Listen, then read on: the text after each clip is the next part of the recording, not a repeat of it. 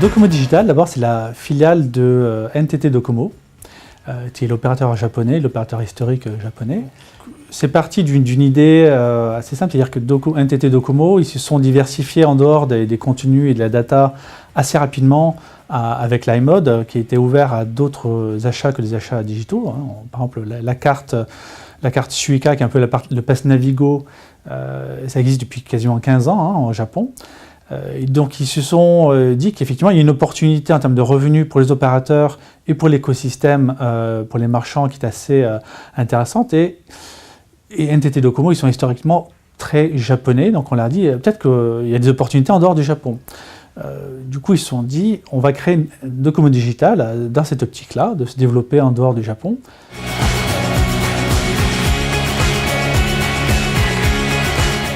Dans l'esprit de beaucoup de gens, la facturation opérateur, ça se résume souvent soit du SMS quand on regarde l'émission de télé, soit des contenus personnalisation d'écran, des choses comme ça qui effectivement datent d'un certain moment.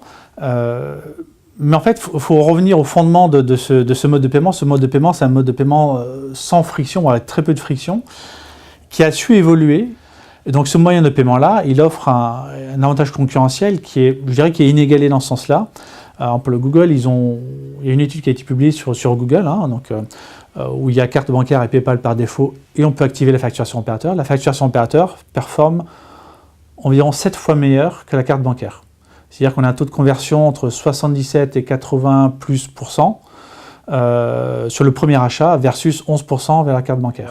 Donc même Apple l'utilise, on peut payer sur facturation opérateur sur Apple. Donc effectivement la carte bancaire reste un moyen de paiement, je dirais universel et que tout le monde connaît, avec PayPal, qui sont les paiements par défaut, mais maintenant par défaut, tous ces stores s'aperçoivent que le paiement sur facture offre une alternative plus que viable, beaucoup plus intéressante, parce que elle évite à beaucoup de personnes de sortir de ce parcours d'enregistrement.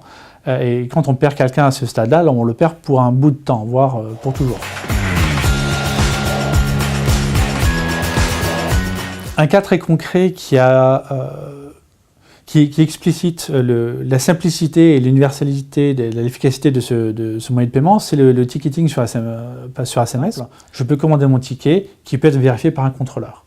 Donc ça, c'est un usage où la simplicité et l'universalisme a fait que ça montre un succès assez important, et où le taux de commission qui peut d'un premier abord paraître important, c'est-à-dire que les opérateurs prennent une commission qui est plus importante que la carte bancaire, et ça sera toujours le cas, elle est compensée largement par le fait que l'on dématérialise un ticket et que du coup on n'a plus de coût de distribution, et surtout c'est aussi un coût marketing d'une certaine manière, c'est-à-dire on apprend aux consommateurs de nouveaux usages avec somme toute quand même un coût très très réduit. Mais après il y a d'autres usages, on peut très bien demain pareil acheter un ticket pour le Louvre, pour une exposition, pour un spectacle, ou maintenant on peut même faire des dons, des œuvres caritatives via ce moyen de paiement. Alors au Japon, ça va à un tel point qu'il y a un tel facteur confiance dans l'opérateur, et puis il y a aussi le fait que la carte bancaire est moindre pénétration qu'en Europe, ce qui fait que plus de 50% des achats sur mobile sont faits via facturation opérateur. Donc les opérateurs aussi ont créé aussi un écosystème au fur et à mesure qui rendait ça beaucoup plus facile, notamment en séparant les factures de leurs prestations à eux et des prestations financières qu'ils fournissent.